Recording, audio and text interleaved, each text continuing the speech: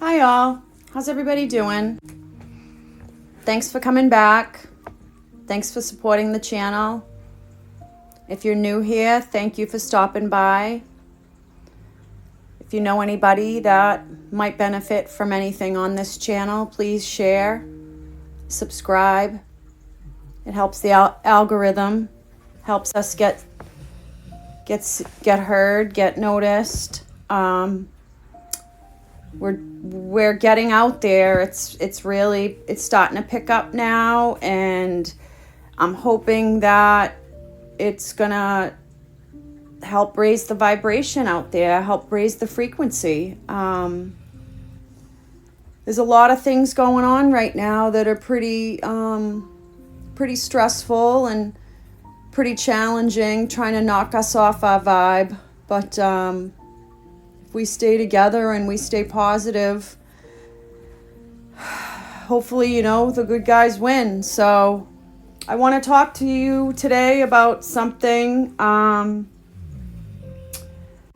will make us struggle to raise our vibration. It can show up in places you never expect. It disguises itself as other things to slow down your vibration and cause the nervous system to contract. Sounds like a riddle, right? This little pest is fear. Yes, fear. The definition of fear is an intense, unpleasant, and basic emotion triggered by the perception of danger, pain, or threat, whether real or imagined. Wow. Is that what it said? A basic emotion? With a perception. Perception's one of those, those words that allegedly. The perception of danger, whether real or imagined. And how many of our fearful thoughts are real and how many are actually imagined? I sat and thought about that the other day while I was preparing this episode, thinking about what I wanted to talk about. And I really, I got pretty deep with myself when I really dug in and thought, how many fearful thoughts do I have in a day? What is the percentage of, is it real or is it imagined? And then it took me to thinking about the past podcast we talked about imagining the best case scenario. So again, it goes back to, training your brain, it's a muscle. It needs to be told what to do. You can't let it tell you what to do because it will be sneaky. It will do things. So if fear functions as an adaptive survival mechanism, initiating fight or flight response that prepares the body to face or escape danger.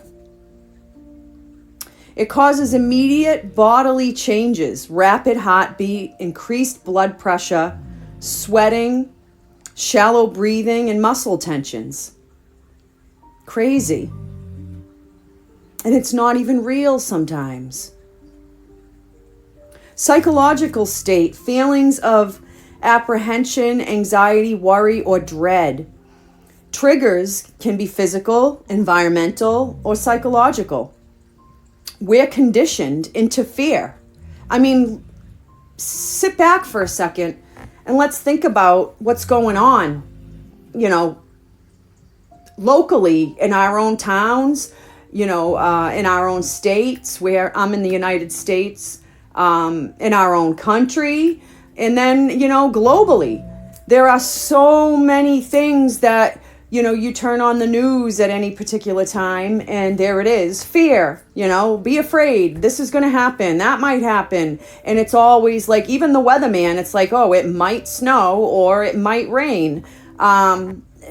it causes people to run out to the grocery stores and pack up on essentials. So everywhere we look, there's that trigger of the conditioning of being afraid. War, hate, divide, judgment, forced to pick sides. We're forced to make choices in this 3D reality, in this, this human experience. All this exposure affecting our neurological system, our vibe, and our frequency. We're conditioned to play small and be afraid. Why? Because it keeps one's vibration low and the collective vibe or frequency lower. So it induces control. If people are afraid, they're more likely to be able to be controlled. That's why the conditioning is there. So that's why, back in episodes, I talk about protecting your energy and really screening what you expose yourself to, low vibrational things, because, you condition yourself to that and it just becomes normalized. And people think fear is regular, and it shouldn't be. Go back to your 333 grounding techniques. Journaling. Write down any fearful thoughts that you have. Write it down. Take 5-10 minutes. Go back, reread it, and think about, is this real or is this imagined? Is my mind playing tricks on me? Chronic fear is believed to weaken the kidneys, potentially leading to issues such as frequent urination, low back pain, and your adrenal glands are right above your kidneys. So they are responsible for adrenaline, cortisol, pounding heart, shaking. Let me stop for a second. I need to disclose this. This is all for educational purposes. And if you're experiencing overwhelming fear, please consult your healthcare professional. I am not a doctor. None of this is meant to diagnose or treat. It is purely informational. So, with that being said, let's get back into it. If you do need help, get it, please. Retraining your mind. Taking action to build your confidence. Acknowledge and name your fears. What is this fear? What is this thought I'm having that's making me afraid?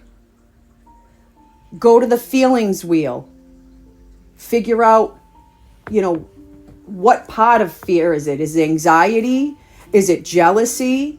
What is this feeling that I'm feeling? And go to the feelings wheel and identify it. Practice breathing exercises. Don't act on your thoughts.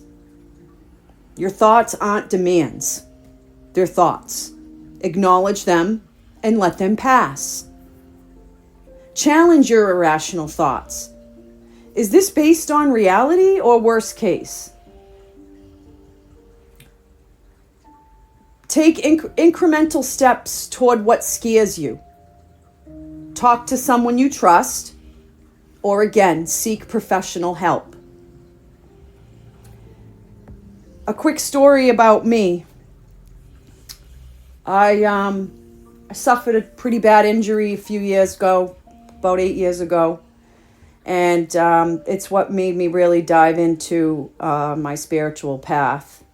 And I've been on my path, my whole life, but I experienced something that really sent me into the dark night of the soul. So it's been, a process. And if you're in it or thinking of getting in it, or you've gone through it, you can relate. But I suffered some serious PTSD with my permanent disability. So one of the things that is that comes with my disability is chronic pain. And one of my pain management that I swear by is acupuncture. Well, I had a fear of needles for a really long time, since I was a little girl. So in order to get to the point where I could receive this treatment that so many people have said is helpful for chronic pain, I had to get over my fear of needles. And I consulted a professional help. I very much advocate for mental health care. And we worked through it, and I've been receiving acupuncture for about 3 years now. So I'm saying all this to say, you know, if you do have a fear and a need or a want to overcome that fear, you can. It can happen. I did it. So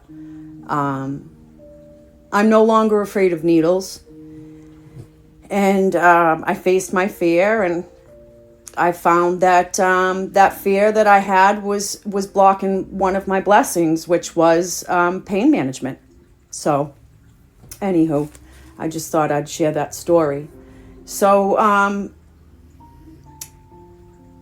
some more things you can do. Practice, self-compassion. Journaling. It helps identify patterns.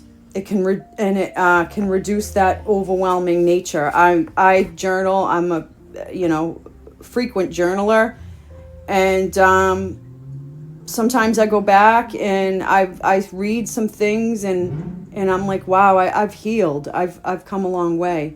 So journaling can be helpful on so many levels. And the last thing I really want to talk about is God's message. Is generally to fear not. Encouraging trust, encouraging courage and resilience in his presence rather than panic. Fear does not come from God. In fact, he provides the power, love, and a sound mind. So I want to end this episode on a prayer, just a small prayer for all of us. God, because you are with me, I have no reason to fear. Help me to stop worrying.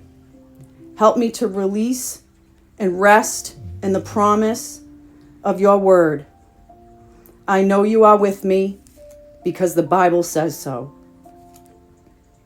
Take care of yourself and take care of each other.